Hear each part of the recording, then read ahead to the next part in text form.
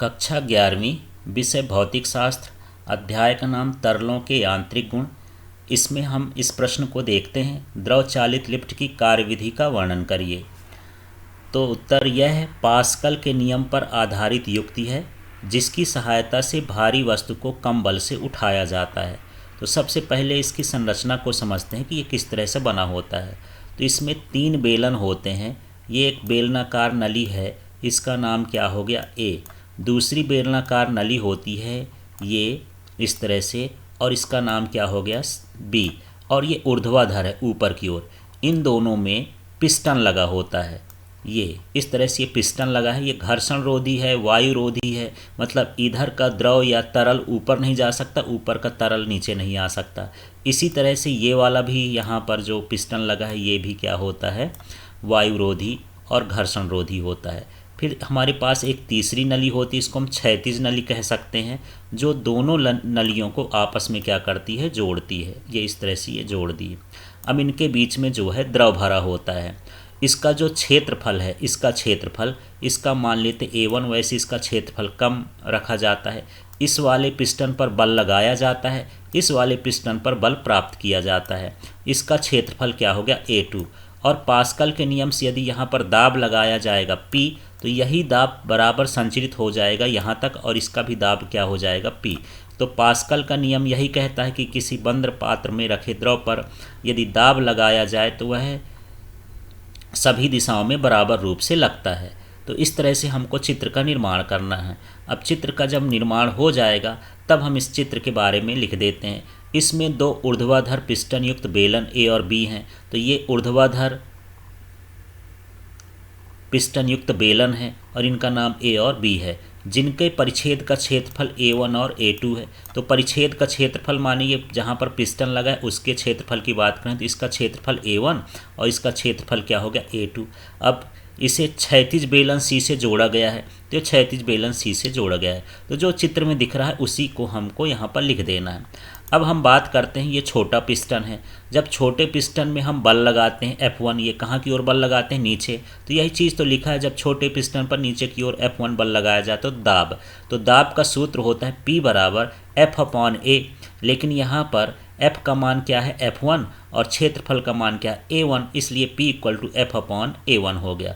अगली बार हम देखते हैं कि यही जो दाब लगा है, तो पास्कल के नियमानुसार यह दाब समान रूप से सभी दिशाओं में संचरित होता है। अतः बड़े पिस्टन पर लगने वाला बल, तो ये बड़े पिस्टन पर बल कैसे लगेगा, तो बल का सूत्र होता है F2 बराबर PA2, माने दाब गुणे क्षेत्रफल। ये दूसरे बल का सूत्र है। अभी हम यहाँ पर देख लेते हैं कि ये कैसे आ गया है। हम जानते हैं कि P बराबर क्या होता है, F/A। ये P बराबर F/A होता है। तो यदि मैं F की बात करूँ तो F बराबर क्या हो जाएगा, PA। इस तरह से यहाँ पर PA हो गया। अब ये F2 है तो यहाँ 2 लगा दिए, यहाँ 2 लगाए, लेकिन P में 2 नहीं लगा है। यहाँ पर देख लीजिए, क्योंकि दाब तो दोनों के लिए कैसा है, समान है। इसके बाद हम आगे के स्टेप में देखते हैं। F2 की जगह F2 लिखा है, लेकिन यहाँ P नहीं लिखा है। तो समीकरण 1 में चलते हैं, या जो हमारा पहला वाला निकला था, P का मान कितना है, F1A1। तो यहाँ पर P की जगह पर लिख देंगे F1/A1, और बगल में A2 लिखा है तो A2 लिख दिए हैं।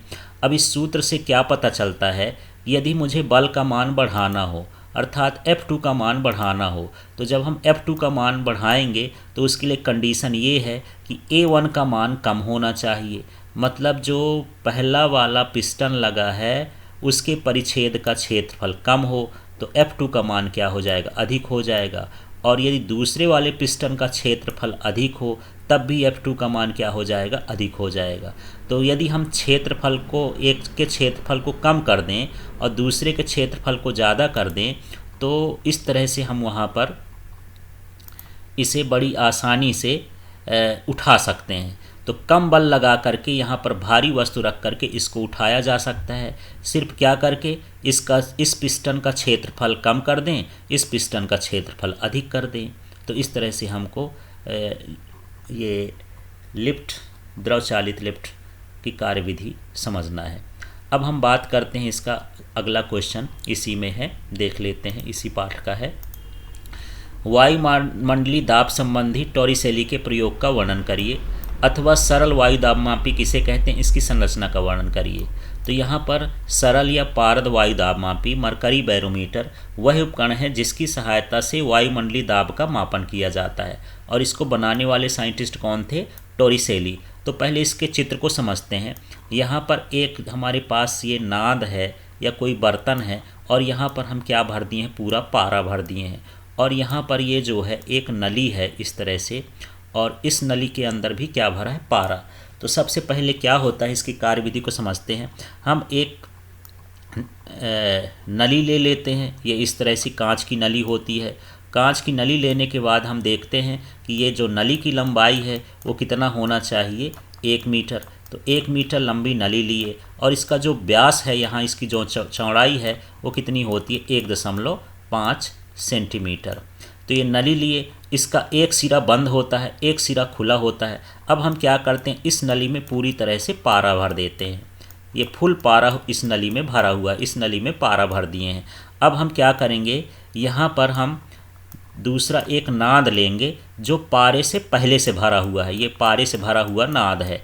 अब हम क्या करेंगे, इसमें तो पारा भर चुके हैं, इसके मुंह में हम अंगूठा लगाएंगे, और इसके ले जाकर के इसमें क्या करना है, पलट देना, उल्टा कर देना है, और इस तरह से उल्टा कर देना है कि इसमें हवा ना घुस पाए। और हम कुछ देर बाद देखते हैं कि इसमें पारा कुछ नीचे तक आ जाता है ऐसे। अब हम ये देखते हैं कि यहाँ पर जो नाद में पारे का तल है ये है, और जो नली में पारे का तल ये है। दोनों के बीच की हम ऊंचाई ज्ञात कर लेते हैं। ऊंचाई ज्ञात करने पर हम इसकी सहायता से सूत्र हम जानते हैं, दाब बराबर क्या होता है, क्या, HDG। इस तरह से तो हम यहाँ पर वायु के दाब का मापन कर लेते हैं। अब इसी चीज़ को हमको शब्दों में लिखना है। तो चलिए बात करते हैं फिर से कि वायु दाब मापी क्या है। तो वह यंत्र जिसकी सहायता से वायु के दाब का मापन किया जाता है उसे वायु दाब मापी या बैरोमीटर कहते हैं। इसका निर्माण टोरिसेली ने किया था। अब इसमें हम जो जो अभी करे हैं चित्र के बारे में लिखते हैं। इसमें 1 मीटर लंबी, ये 1 मीटर लंबी और 1.5 व्यास की कांच की नली होती। तो एक कांच की नली लेते हैं जिसका एक सिरा बंद होता है। तो ये ऊपर का सिरा क्या है, इसमें बंद है। इसमें पूरी तरह से पारा भरा होता है, इसको पूरी तरह से पारा से भर देते हैं। इसे पारे से भरे नाद में इस प्रकार उलटते हैं कि नली में हवा न प्रवेश करे। अब ये नली में जो हम पारा भरे हैं उसको इसी नाद में उलटना है इस तरह से कि इसके अंदर हवा न घुस पाए।